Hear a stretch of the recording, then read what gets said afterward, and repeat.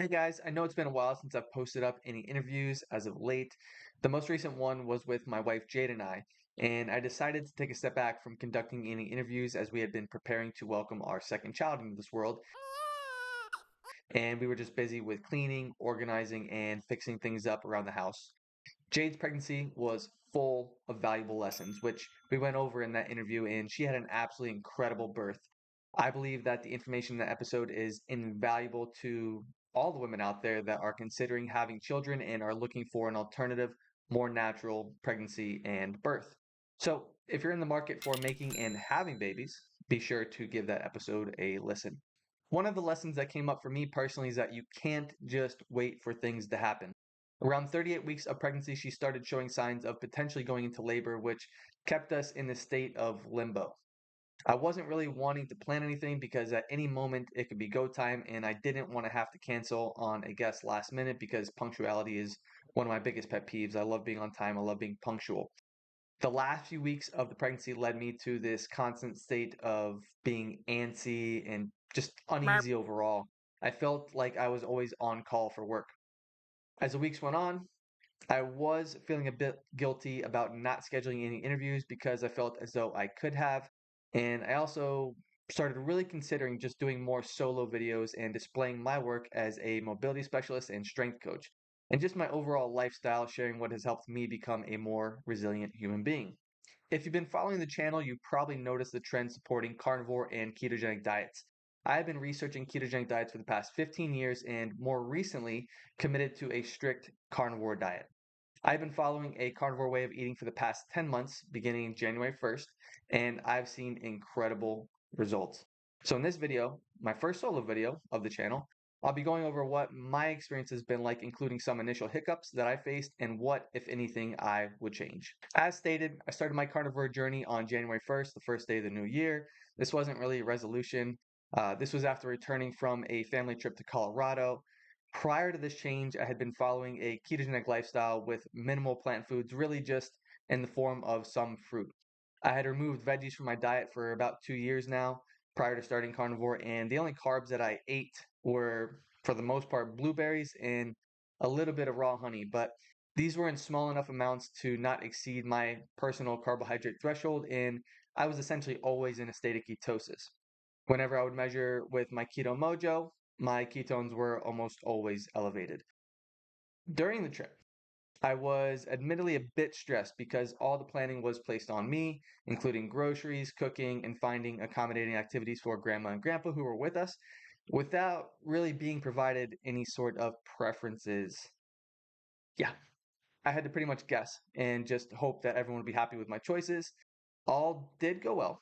I planned some really epic vacations, by the way, so we may see some of that on the channel. But this is my first time planning for anyone aside from me, my wife, and my child. And as a result, I was a bit more stressed than usual. And I chose to indulge in quite a hefty amount of dark chocolate chips and peanut butter. This was my Reese's cup.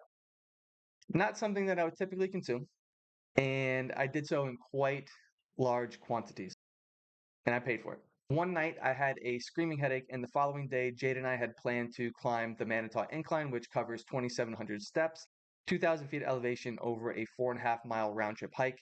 And we were both able to complete it, but I know for sure that my performance had taken a hit and that I could have finished with much greater ease and in a shorter amount of time had I not deviated from what I was already doing.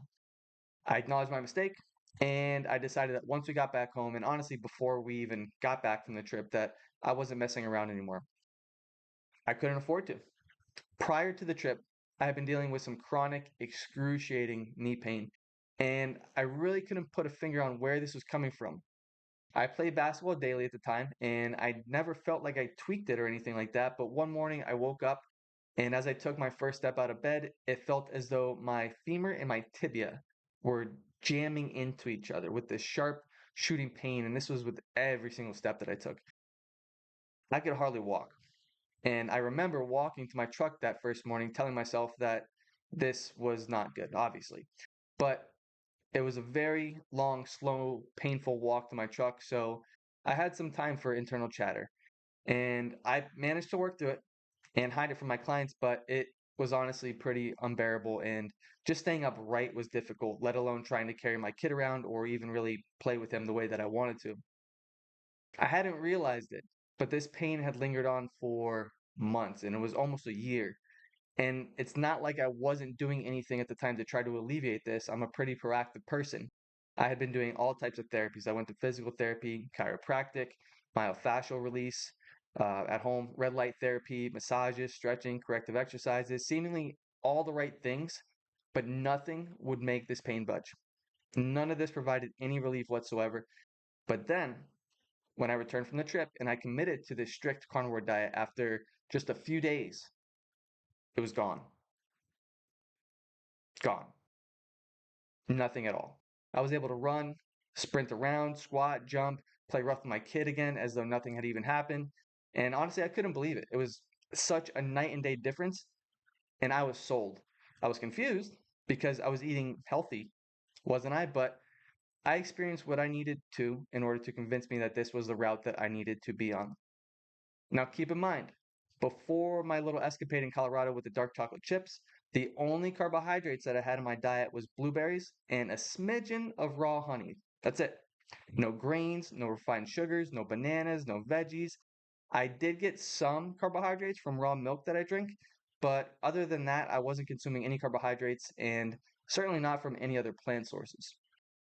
These two foods I believe to be superfoods. Blueberries being a lower carbohydrate source, a low carbohydrate fruit packed with antioxidants and therefore keto friendly, and raw honey containing prebiotics that are supposed to nourish your gut flora.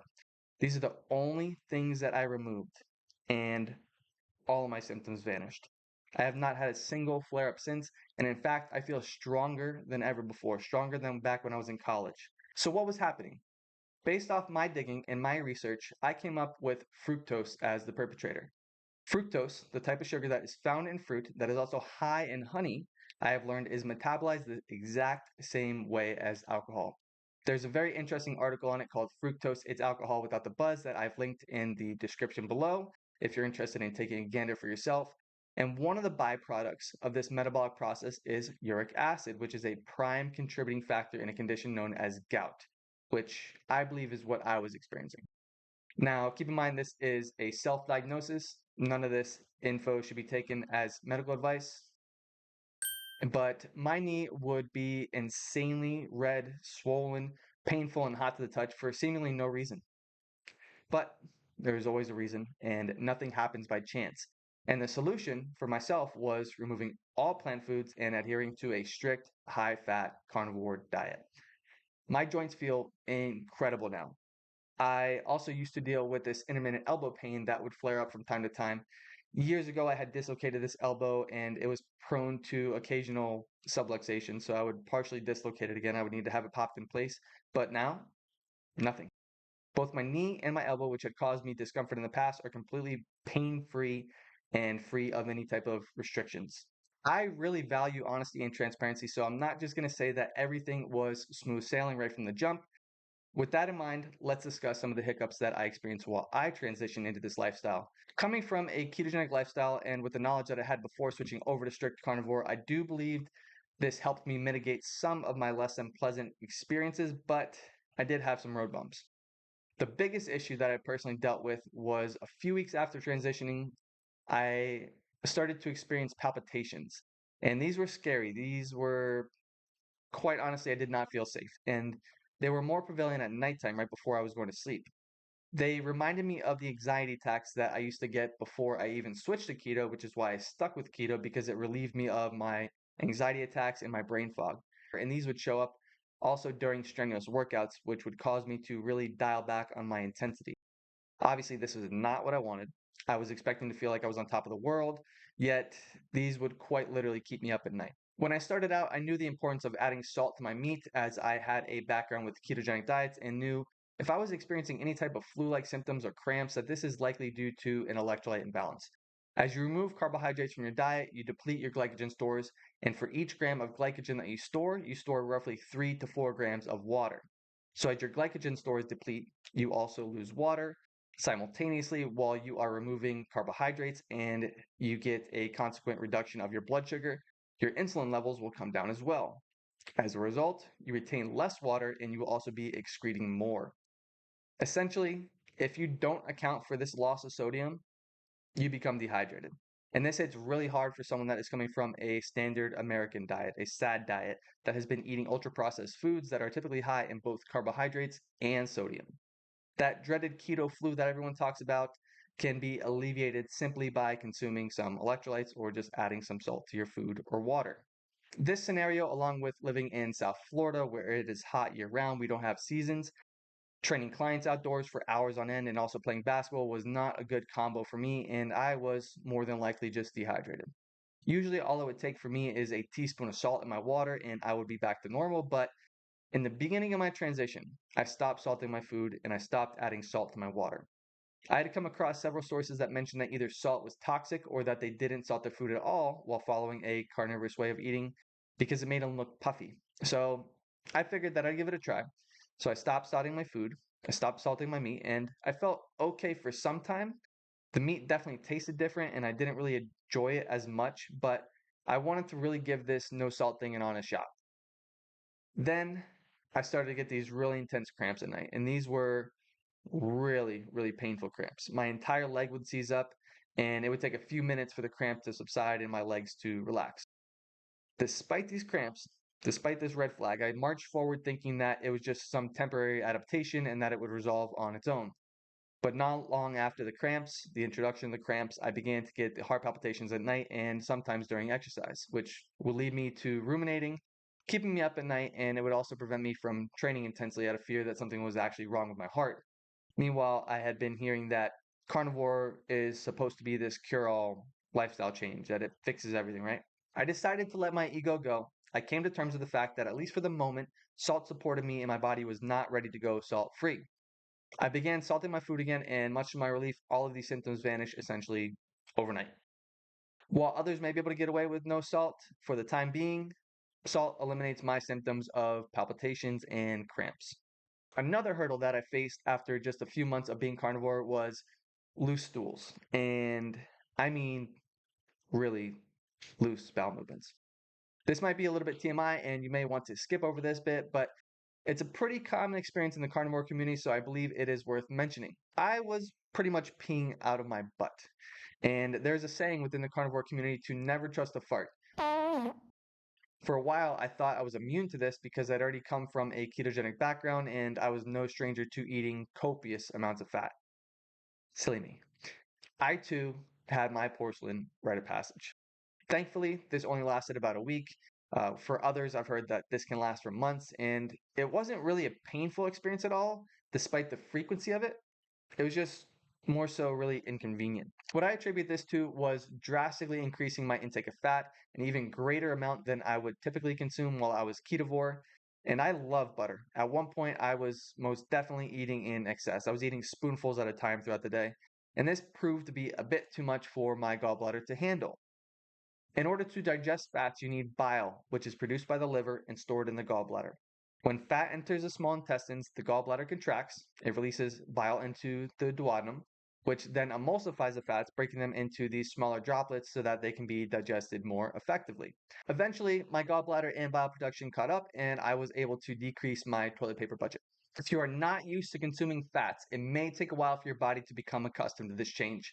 It'd be wise to perhaps start introducing fat more gradually into your diet as opposed to going gung ho, where you are chugging melted butter or bacon fat like I was. As the saying goes, use it or lose it. Remember, when fat enters the intestines, the gallbladder contracts to release bile, which emulsifies the fats into smaller particles for digestion.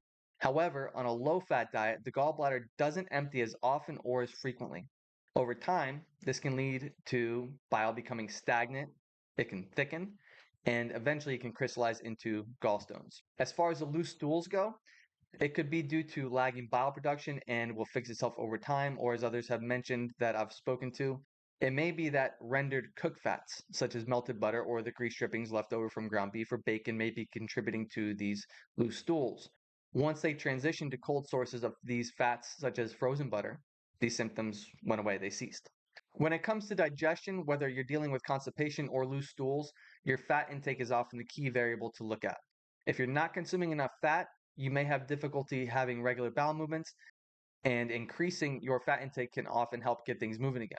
On the other hand, if you're consuming more fat than your gallbladder and digestive system can handle at the moment, you might experience loose stools. In short, fats play a vital role in keeping your bowels lubricated and functioning smoothly. You may be advised to increase your fiber intake if you're dealing with constipation. In my opinion, and again, this is not medical advice, that's not the move. Fiber isn't necessary. We're often told that fiber adds bulk and helps with elimination, but it is not essential. In fact, as I'll link in the description of this video, studies and anecdotal reports have shown that people with digestive issues such as Crohn's or IBS often find that fiber makes things worse. Many even experience a remission of their symptoms when they switch to a low fiber or a no fiber diet. One of the arguments for fiber is that you need it because when it is fermented by your gut bacteria, it produces a short chain fatty acid called butyrate, which is the preferred fuel source for the endothelial cells lining the large intestine. Here's the kicker: butter, cream, and cheese all naturally contain butyrate in an already absorbable form. In fact, butter is the best dietary source of butyrate. As Dr. Paul Mason mentions, adding fiber is like adding more cars to a traffic jam. You have this tiny hole, your anal sphincter, that you're trying to get stuff out of, and adding bulk is what's supposed to help. That doesn't make a whole lot of sense. Those were the main issues that I dealt with, and once they passed, everything else has been smooth sailing. Let's talk about cheat meals and what I eat. So, I don't cheat. I don't really see the point, and this has taken me years to develop this mindset. As mentioned, I used to struggle with anxiety attacks, and at its peak, this was on a daily basis. It got to the point where I was bumming Xanax prescription pills off of my sister in order to calm myself down. I knew that this was a slippery slope, and one night I woke up at 3 a.m. with my heart pounding on my chest. I broke down. I had to walk around the neighborhood like a crazy man, and I just broke down. I prayed that this would stop because I didn't want to become addicted or reliant on medication. I didn't want to use it as a crutch. My prayers were answered when I began to make the connection between food and mood. What you put in your body directly affects your mental health. I know this for a fact because I lived it. There's something called your gut brain axis that connects your gut to your brain. I liken your gut as the soil for the brain. Whatever you put in your gut is going to impact how your brain functions, develops, and heals. If you put junk food in, you get junk brain out, junk thoughts out. Your brain also doesn't have any pain receptors. This is why neurosurgeons can perform surgery on the brain while a patient is awake. So if your brain is inflamed, it's kind of hard to tell. It doesn't just say ow. How I believe that it speaks to us is through these neurological disturbances and mood disorders. A good book on this topic is Change Your Diet, Change Your Brain by Dr. Georgia Ede. And in it, she states that psychiatric conditions are neurological conditions. In other words, mental or emotional disorders are not separate from the brain's physiological condition. There's no clear line between the two. So, conditions that are labeled as psychiatric, such as depression, anxiety, bipolarism, schizophrenia, are really neurological dysfunctions manifesting as mental or emotional symptoms. You've probably heard the phrase, trust your gut. Well, did you know that your gut is considered your second brain? Have you ever gotten a gut feeling that something was off? Maybe not. Maybe we should be getting more of those. How great do you think that those messages and intuitive hits are when you are muddying the waters with junk food? I personally would not trust my gut if I was littering it with man made poisons, foods that are made in factory, foods spelled with a PH. So I don't cheat, and I personally do not consume junk foods. It's never worth it. Certainly not to please others or to make others feel comfortable, say for instance at a birthday party or other type of event, because I know from experience that I'm going to be the one that is feeling it the next few days. There's nothing fun to me about eating a cake. I feel better eating a steak. As I'm recording this, we are gearing up for flu season, aka Halloween, Thanksgiving, Christmas, and New Year's. Holidays that are loaded with candies, pies, and other sweets. And let's just top it off with some champagne, some alcohol, right? Are you really catching something? Or is your body just unable to cope with the amount of toxic inflammatory foods that you're ingesting? If I put anything in my body, it has to be something that comes from nature. And within this past months, that has been mainly ruminants, eggs, butter, some raw dairy, and some chicken, just a handful of times. But my body has really steered me towards red meat, and that has served me very well these past 10 months. The only time that I've indulged or veered off the carnivore route during these previous 10 months was on a summer trip we took to Guatemala. With the language barrier, different culture, and unfamiliar territory, it was a bit challenging to find quality meat that I was satisfied with. We did find some, but I definitely didn't have my normal staples readily available. But 95% of the trip, I stuck to carnivore. The other 5% consisted of me eating some rice and some dried mango. That's it. But even while dining out, I would just order steaks and I asked them to omit any sauces, which is exactly what I do at home when we dine out. Although seed oils are not my preference, I don't really worry about them too much because we dine out so infrequently, even while on vacation. I honestly just prefer my cooking. As far as the mango and the rice consumption goes, I didn't notice any ill effects, but I did notice that after the mango, I became insatiable. It was really hard to put this down, and it tasted like fruit roll-ups.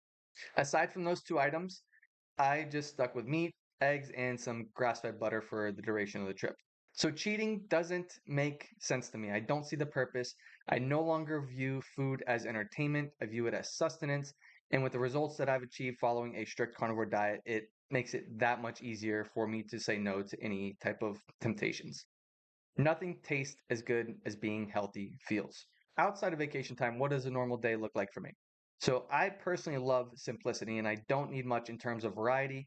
My day to day looks like 6 to 12 eggs with raw mozzarella cheese, either scrambled or cooked as a chaffle, and somewhere around a pound and a half grass fed ground beef made into burger patties.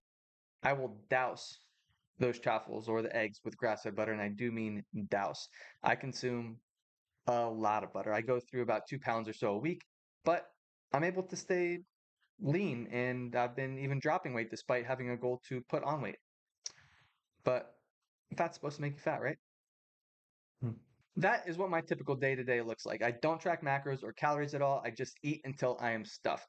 If I do need some variety, I tend to go with a fat, juicy pound or more ribeye, picanha, brisket, or some baby back ribs. I choose grass fed and finished sources, and we get these from a customized box from Butcher Box, not affiliated yet. This keeps the wifey happy, and I say wifey?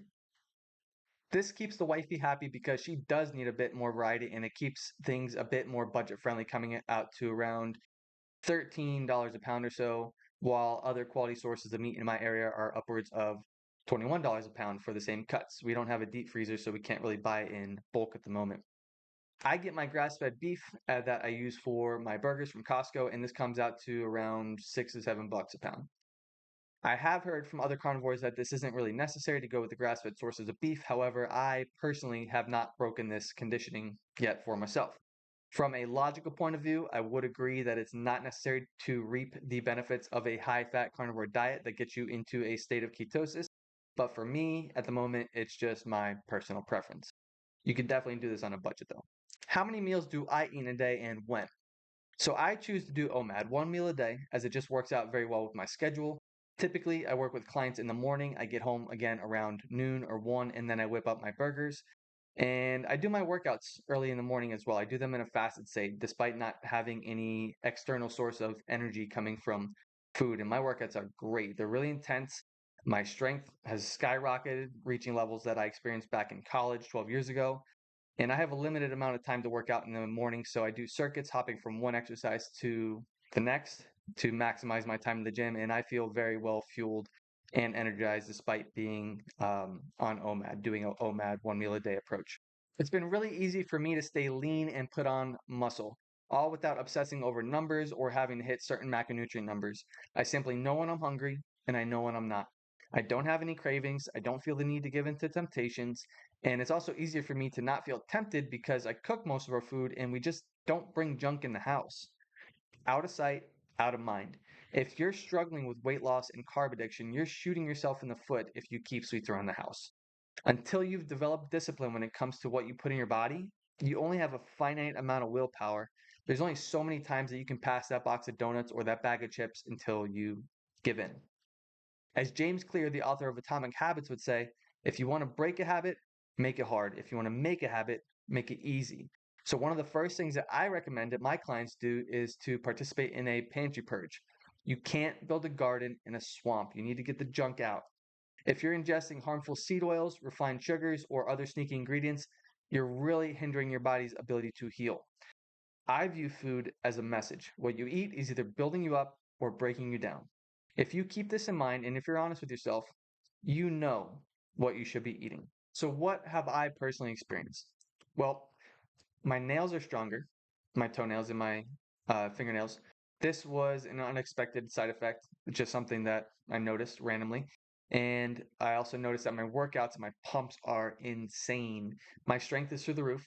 I think I've said that enough times during this video. And I feel as though I recover faster and I don't get nearly as sore or as often. Carnivore Calm. So, as I mentioned earlier in the video, when I switched over to a ketogenic lifestyle, this relieved me of my anxiety attacks and also of my brain fog. This was life changing. Honestly, I don't know if I would be here had I not made that switch, had I not made those dietary changes. And I'm not saying that to be dramatic. It was very, very bad at one point. I was also going through a bout of depression where I was drinking quite a bit of alcohol. But once I made these switches, these dietary changes, dropped the alcohol, and I started eating healthy fats, the change in my mental health was almost instantaneous. And that's the reason why I love putting out these messages, both for ketogenic diets and also for carnivore. When I switched over to carnivore, the calmness and the mellowness that I experienced was leaps and bounds beyond what I've ever experienced while ketovore. We just went through the pregnancy, 10 months. That is full of its ups and downs if you have any experience with that. And we were also going through another situation which was quite uncomfortable, which I'll probably get into in a future episode. I won't dive into it here. But needless to say, stress levels should have been elevated. I was able to navigate these circumstances with much greater ease and calmness. Just a sound mind. That's the easiest way that I can put it right now. Um, and I was able to go to sleep at night. These things didn't keep me up at night. I am positive that I was able to navigate these difficult circumstances with much greater ease and clarity of mind due to my dietary choices. The biggest difference that I have noticed with carnivore, the one that I am most grateful for, I remember that I spoke with Steak and Butter gal Bella about this on the episode where I was just overcome with gratitude with how good I felt. That's how bad my knee pain was at one point. And I can't say that I really started carnivore in order to try to heal from this issue. It was just kind of going out on a whim. I didn't have any expectations. I did an interview with Life Like Jake years ago where he was detailing carnivore, and it just took a while. The seed was definitely planted, and I finally sprouted, finally germinated and sprouted, and I took to carnivore on January 1st. But the knee pain that I was experiencing was debilitating and it was quite embarrassing. I'm a 35-year-old man. I could hardly walk. I could hardly play with my kid. And I'm also a coach.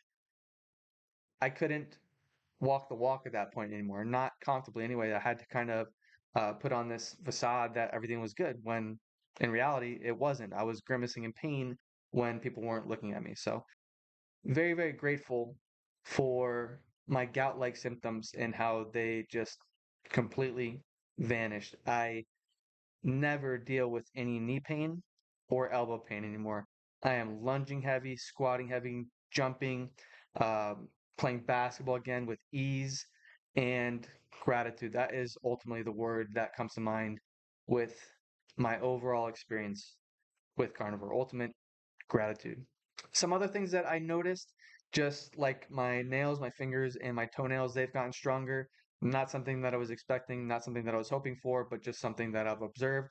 No more bleeding gums. So prior, while I was on Ketovore, funny enough, I was supplementing with vitamin C at one point, and even this stopped helping with my bleeding gums, no matter how softly I would brush, how much vitamin C that I would take in, which vitamin C binds to the same receptor sites as glucose. So if you are consuming carbohydrates, you are theoretically going to need more vitamin C in order to kind of mitigate this.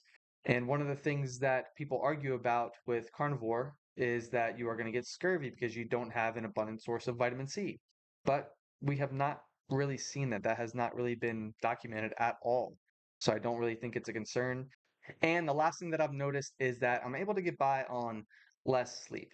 Again, this is not something that I was really aiming for, although I did read a book quite some years ago where this man, Dr. Buteyko, was able to get by on 2 to 3 hours of sleep, I believe it was. And I've been very, very interested in learning how to do this while maintaining vital health and not just feeling like a zombie. But I do notice that I'm able to get by on less sleep on carnivore. I don't feel sore from workouts nearly as much. I recover much faster. And yeah, that's about it. That is my carnivore experience. I would love to hear your thoughts. Go ahead and leave a comment below, and I would be very grateful if you subscribed and liked the video. That really helps get this content in front of more eyes. If you've started out on a carnivore journey and you need some help, feel free to DM me on Instagram at Never Eats Carbs.